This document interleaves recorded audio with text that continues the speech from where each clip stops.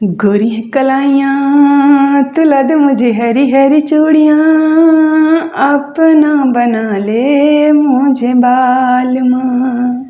Hello दोस्तों, आप सभी कैसे हैं? आई होप सब लोग स्वस्थ होंगे, मस्त होंगे और होना भी चाहिए।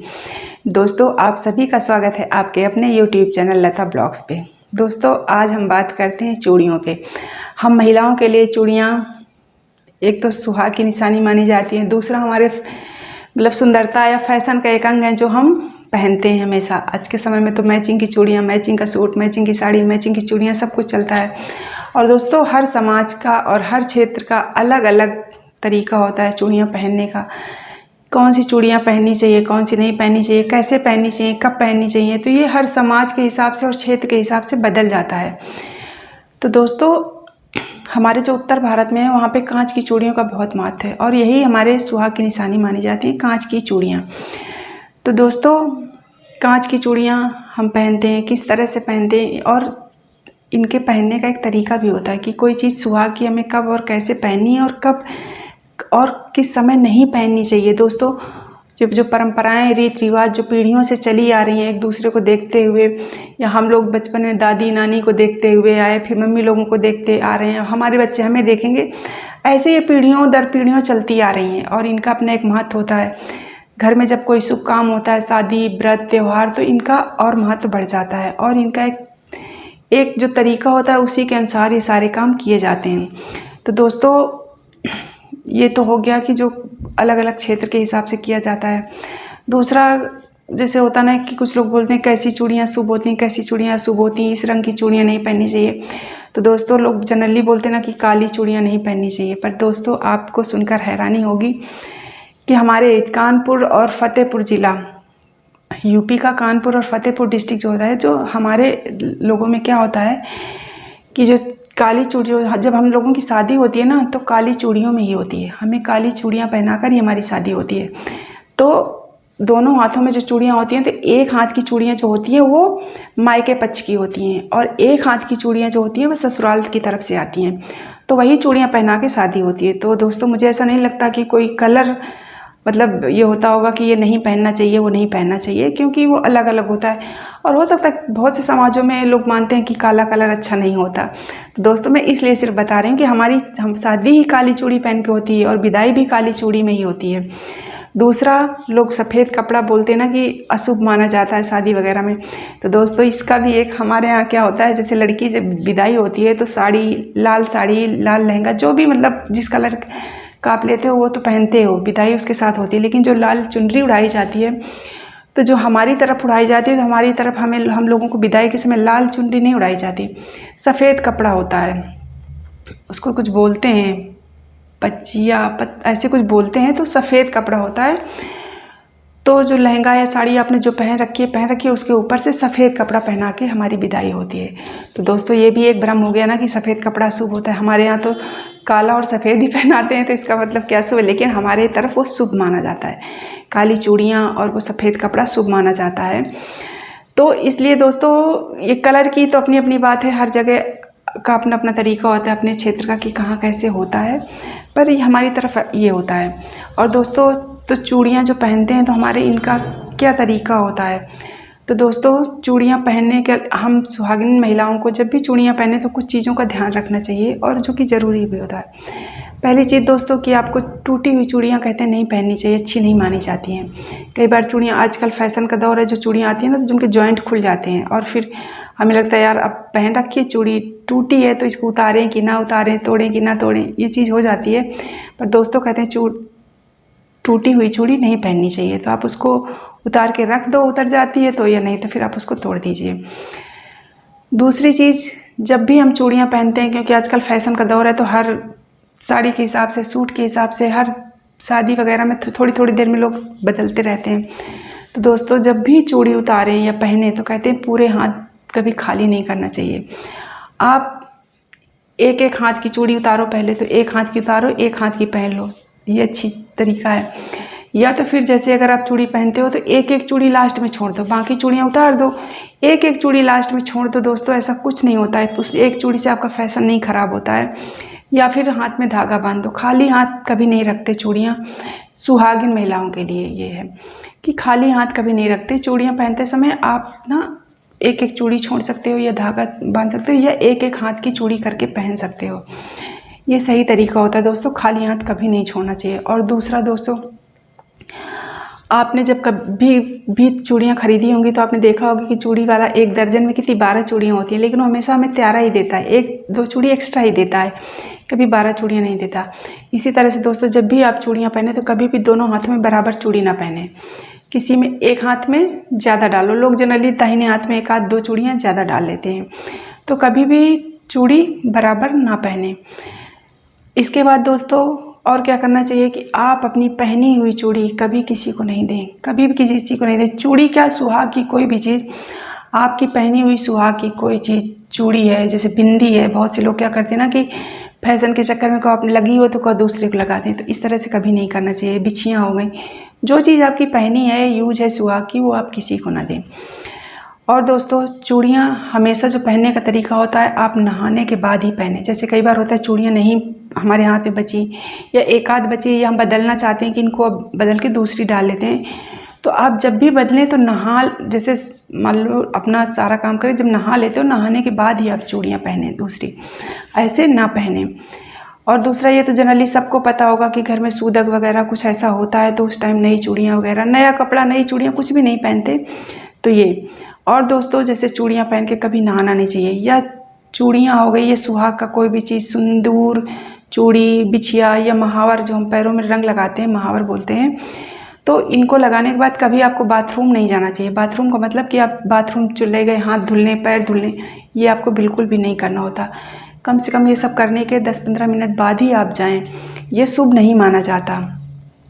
और दोस्तों, कई बार क्या होता है ना कि हमसे जैसे सिंदूर वगैरह या चूड़ियाँ, बिंदी हमारी ऐसे पड़ी होती हैं, तो आप सुहाग की चीज़ें कभी ऐसे नहीं फेंकें। सिंदूर वगैरह अगर आपका कभी गिर जाता है तो आप उसको उठा लें पेपर में। बिंदियाँ वगैरह जैसे पड़ी होती हैं, लोग दीवारों पे चिपका दिए, बाद में डस्टबिन में डाल दी, तो दोस्तों इनको ऐसे कभी मत फेंकें।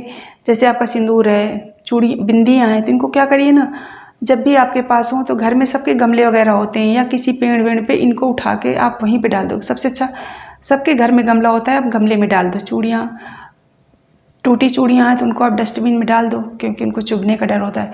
बाकी सिंदूर है, बिंदी है, ये सब चीज़ें आप गमले में डाल दो। बिंदी जो है उसमें गल जाएगी आराम से, और सिंदूर का तो कोई वही है, जैसे महावर आप लगाते हो, बच जाता है तो उसको कभी आप जाके सिंक में या बाथरूम में नहीं मतलब डालो कि बच गया तो हम इसको डाल दें, या तो उसी में रखा रहने तो सूख जाता है रखे रखे। नहीं तो अगर ज़्यादा है कि बच्चा गिरा देगा, फैलेगा, तो आप गमले में डाल दो, तो उससे कोई दिक्कत नहीं होती। तो दोस्तों, ये सब चीज़ें हैं जो हमें माननी चाहिए, क्योंकि कुछ चीज़ें ऐसी होती हैं, परंपराएं जो बनाई गई हैं, तो उनका कुछ ना कुछ मतलब तो होता ही है। ये चीज़ हो गई दोस्तों।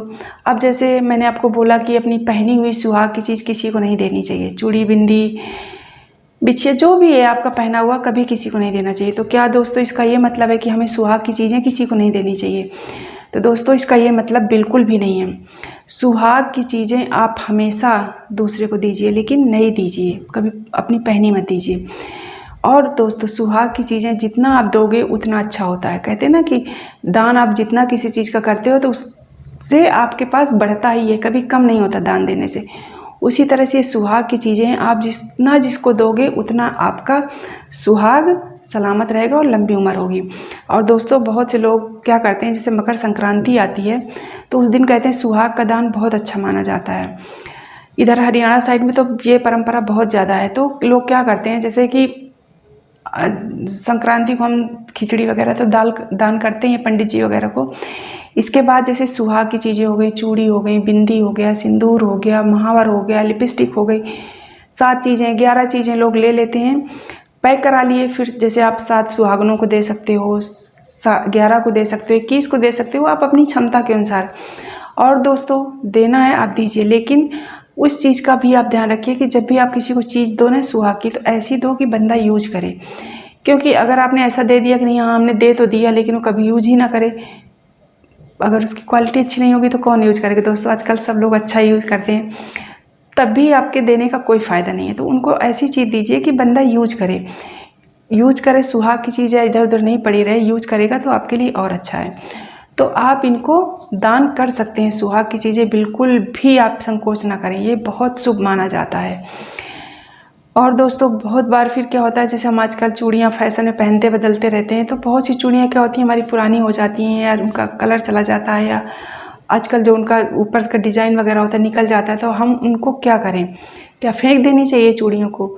तो दोस्तों पुरानी चूड़ियाँ आप कभी भी फेंके नहीं, आप उनको कभी फेंके नहीं, क्योंकि सुहाग की चीज़ कभी भी, कोई भी चीज़ हो, कभी ऐसे इधर उधर नहीं फेंकना चाहिए दोस्तों। आप उसको संभाल के रख सकते हो। तो आप उन चूड़ियों को या कुछ क्रिएटिव बनाना चाहते हैं तो वो बना सकते हैं। आजकल बहुत से डेकोरेटिव आइटम्स बनते हैं चूड़ियों से, बैंगल से सुंदर सुंदर, तो वो आप बना सकते हो। दूसरा, जैसे वो चूड़ियाँ पुरानी हैं तो आप उनको, आजकल नया ट्रेंड आ गया धागे से चूड़ियों को और अच्छा बनाएं, ये करके आप दोबारा उनको रीयूज कर सकते हो।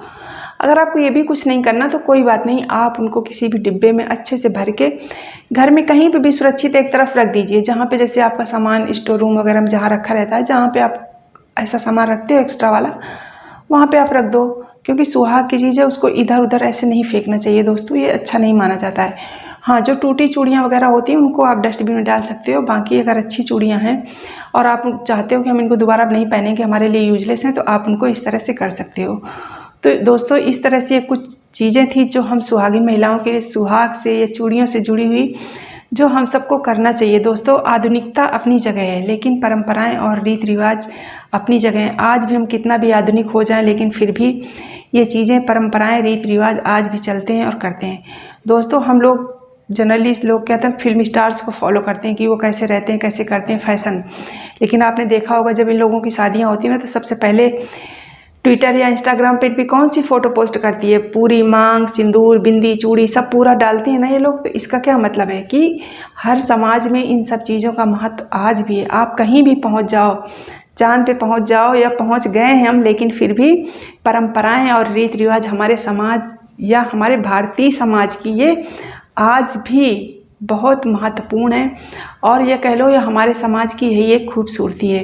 तो दोस्तों आप जब भी इस तरह की सुहाग से जुड़ी हुई कोई चीज़ है, कैसी भी है, तो आप उसको ऐसे ना फेंकें, उनको संभाल के रखें। और चूड़ियाँ पहनते वक्त आप जिन जिन चीज़ों का ध्यान दे सकते हैं तो उनको ध्यान दें। और दोस्तों एक बात और मैं भूल गई कि जब भी आप चूड़ी पहने, जैसे आजकल फैशन है, लोग प्लास्टिक की चूड़ियाँ, मेटल की चूड़ियाँ मैचिंग में, जैसे कांच में कलर नहीं मिल पाए तो लोग मेटल की पहनते हैं, तो आप इस तरह केवल मेटल कभी ना पहने। जब भी आप सोने की चूड़ी पहनते हो, प्लास्टिक की पहनते हो, मेटल पहनते हो, जब भी पहनते हो तो इनके साथ आप कांच की चूड़ियाँ मैच करके ही पहने, कभी अकेले नहीं पहने मेटल। हम सुहागिन महिलाओं के लिए अच्छा नहीं होता दोस्तों, और उससे कोई आपका फैशन भी नहीं जाता दोस्तों। सब चीज़ें अच्छी लगती हैं, हर चीज़ आधुनिकता से ज़्यादा ज़रूरी है कि आपका सुहाग सलामत रहे। तो आप कभी भी इनको अकेले नहीं पहने, मेटल वगैरह। सोने की भी चूड़ियाँ हैं तब भी आप अकेले नहीं पहने उनको, उनके साथ कांच की एक दो चूड़ियाँ डाल लें। बहुत से लोग जैसे चूड़ा लोग पहनते हैं, जिधर चूड़ा पहनने का कल्चर है वो लोग पहने, कोई बात नहीं, क्योंकि उनका अपना है। लेकिन जैसे हम लोग चूड़ा भी डालते हैं तो लास्ट में एक एक कांच की चूड़ी डाल के रखते हैं। ऐसा नहीं कि चूड़ा नहीं पहनते, अच्छा लगता है पहनते हैं, बट लास्ट में एक चूड़ी कांच की डाले रहते हैं, फिर चूड़ा पहन लेते हैं। इसमें कुछ फैशन नहीं खराब होता, बल्कि अच्छा ही लगता है। तो इस तरह से दोस्तों कांच की चूड़ी हमारे सुहाग की निशानी है, तो आप कांच की चूड़ी एक एक आप हमेशा अपने हाथ में डाल के रखो।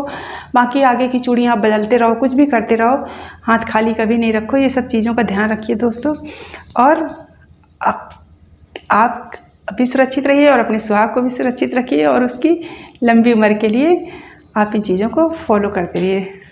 थैंक यू दोस्तों।